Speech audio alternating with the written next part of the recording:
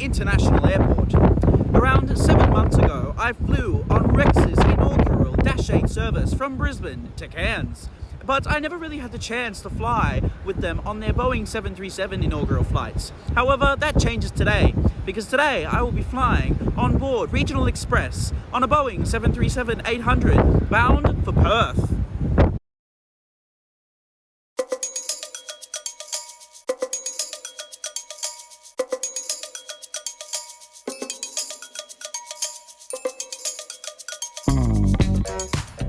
It seems like every time I fly into Melbourne, it tends to be cold and windy, a common occurrence it would seem.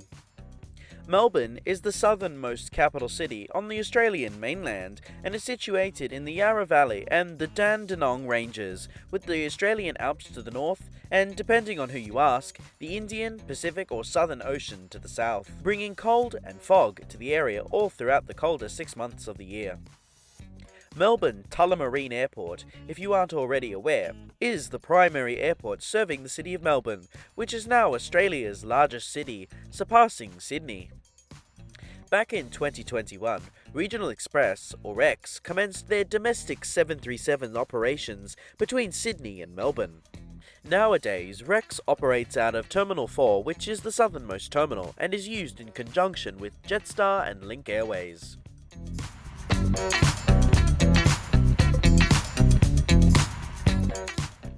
The Rex check-in area is at the southernmost part of the building, next to Link Airways. There is a dedicated business class lane, as well as a service desk, but most passengers will find themselves using the self-service check-in kiosks, which are pretty good, and they spit out good quality boarding passes.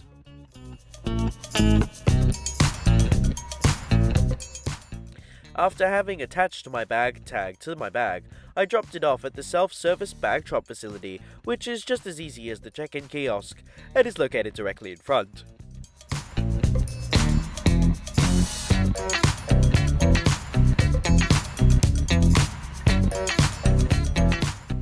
With the check-in process completed, I turned around and made my way towards security, which today had a standard number of passengers passing through, and took me only roughly 10 minutes to pass through.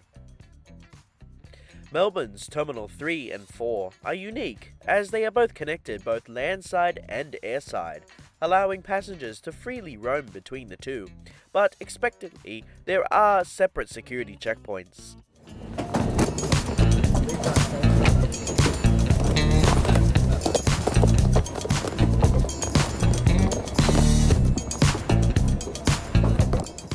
The sole reason for the connection is because on occasion, Virgin Australia departs out of gates 11 to 20, which are located in Terminal 4, and conveniently this is the same area where my flight will be departing from today.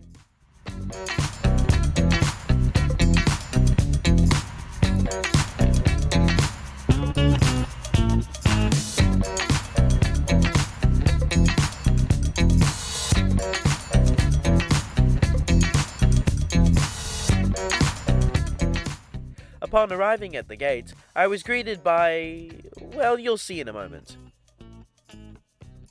Shortly after arriving, so did that of my inbound aircraft, which today is a Boeing 737-800, registered as Victor Hotel Romeo Quebec Papa. She first flew for Virgin Blue in 2010 under Victor Hotel Bravo Zulu Golf, which was then moved to Virgin Australia. With a fresh coat of blue and orange paint, she was sent to Rex, to where she currently remains, making this aircraft 14 years old. Just before boarding, I was expecting a celebration to be held, but unfortunately only photos were taken, which it was still nice, but I would have preferred like some sort of commemorative speech by a Rex representative. Boarding commenced on time from gate 13, and today I was the last passenger to board through the archway. As I stepped down the jet bridge, I, as well as all of the other passengers, were handed a goodie bag, which we shall get to in a moment. Rex's 737s are in a 2-class configuration with 8 business class seats in a standard 2-2 layout, and 162 standard economy class seats in a 3-3 layout. You may notice a few familiar faces all sitting in business class today, including Rory Ding, Aviation Australian, and Rowan Gower.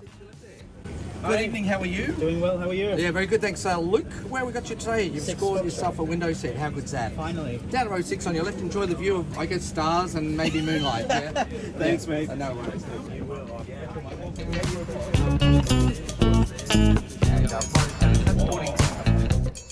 Rex's economy class seat has 30 inches of pitch and 17 inches of width. There is a standard tray table which folds down and extends. In the seat pocket you'll find a safety card, magazine, an air sickness bag and a drinks menu. Above are individual reading lights, air vents and a flight attendant call button. As this is an inaugural flight, a tote bag with a bunch of goodies was handed out during boarding. Inside are 2 Rex branded shortbread cookies, a Rex Group branded USB, a fridge magnet, a Rex pen, a cap, Regional Express's latest in-flight magazine, and an eye mask. And in my opinion, the best of them all, a Rex branded coffee mug which I used extensively. Cheers to a great flight and a momentous occasion. Soon we commenced our pushback from gate 13, 2 minutes behind our scheduled departure time. And now flight attendants, arm doors and cross-check.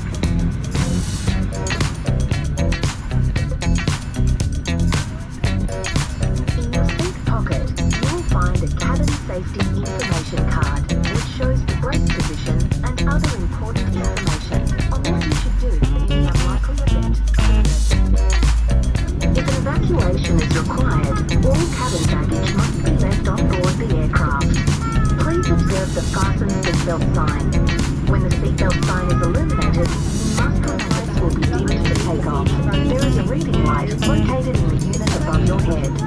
Thank you for your attention and enjoy your flight. We taxied to runway 34 via Golf, Victor and Juliet.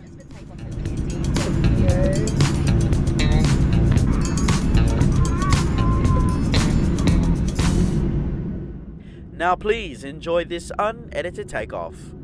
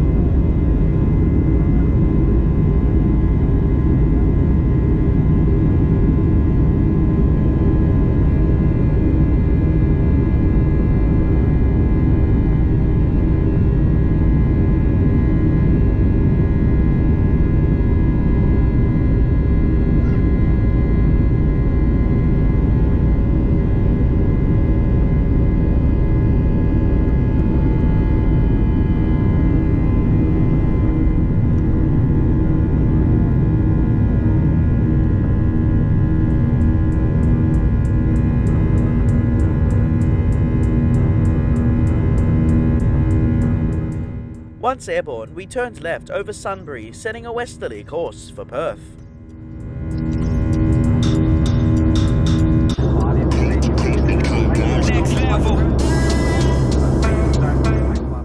Flight time tonight is 4 hours and 5 minutes, covering a distance of 1,708 miles or 2,749 kilometers, cruising at 36,000 and 38,000 feet. During our initial climb out of Melbourne, we flew directly over the fairly large town of Gisborne. This was followed by all economy passengers being handed out certificates commemorating this momentous occasion in Rex's history. On the back of the drinks menu is all the details regarding Rex's onboard Wi-Fi, which for once I decided to buy, as our flight time was the longest on Rex's route network, which in my opinion is the best value for money. You have 4 options to choose from. In my case, I decided to buy the Browse Flight Pass for $9.99, which worked really well, enabling me to chat with my friends on the ground and up in business. Next level.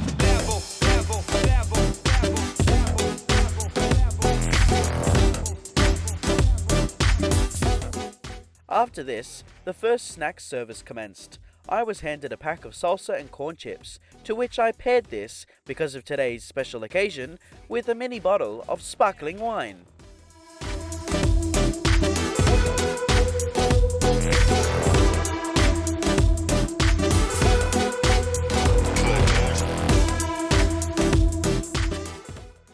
Around 2.5 hours later, we were served a second snack, this time being salted caramel and chocolate slice, which came in 2 individual pieces, roughly the size of a thumb, and were really delicious.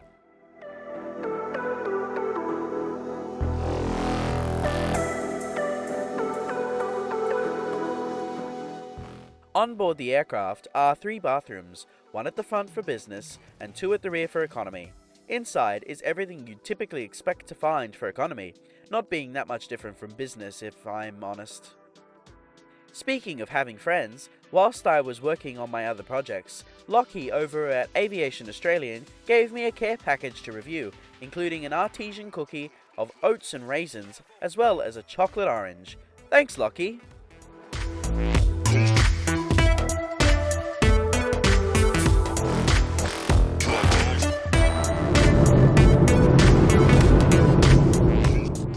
Soon we commenced our descent into Perth.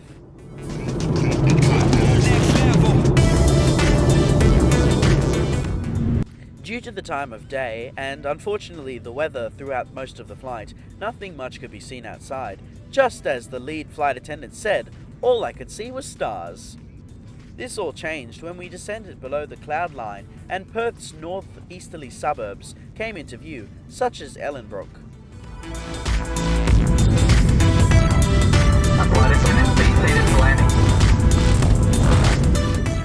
Now please enjoy this unedited landing.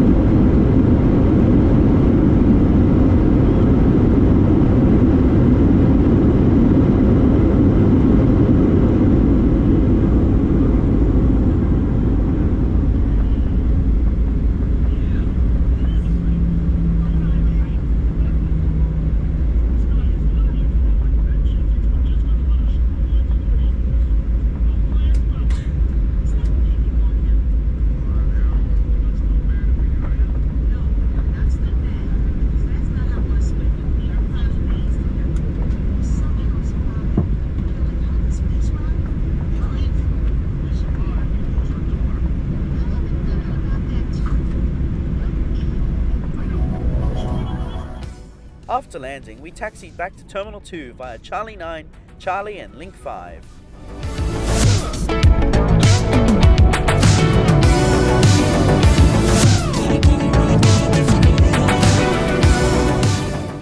We pulled into Gate 5, a minute ahead of schedule. Stepping off this special flight was one of bittersweet emotions. On the one hand, I didn't want the flight to end, because flying is one of my favourite things to do. But on the other hand, I was starving.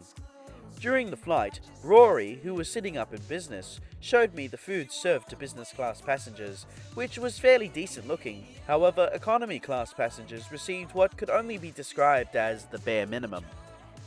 Rex has the potential to become one of the best airlines operating on this route. However, the only thing letting them down in my case was the lack of decent catering and the price I paid. At the time of booking, I paid a staggering $299 Australian for this one-way flight, which in my opinion is quite expensive, considering what I got.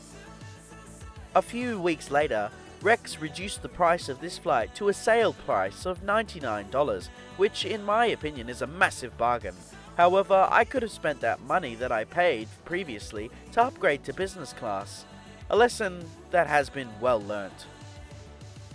To be honest, it wasn't the smartest decision I could have made buying only the texting option for the flight, as you only get one chance to buy, and I could have spent an extra $5 to receive the full stream pass, including watching Netflix and YouTube.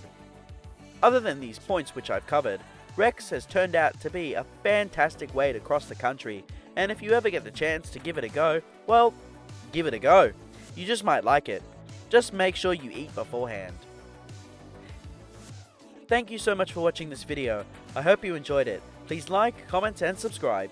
Make sure to check out the other videos I have on my YouTube channel, and also, now I have a Discord server. Feel free to join, link at the top of the description. And don't forget to ring that notification bell if you enjoy my content. And if you want to see more, I post my videos every single Friday at 8 PM Sydney time. And I hope to see you again in the next one. See you later!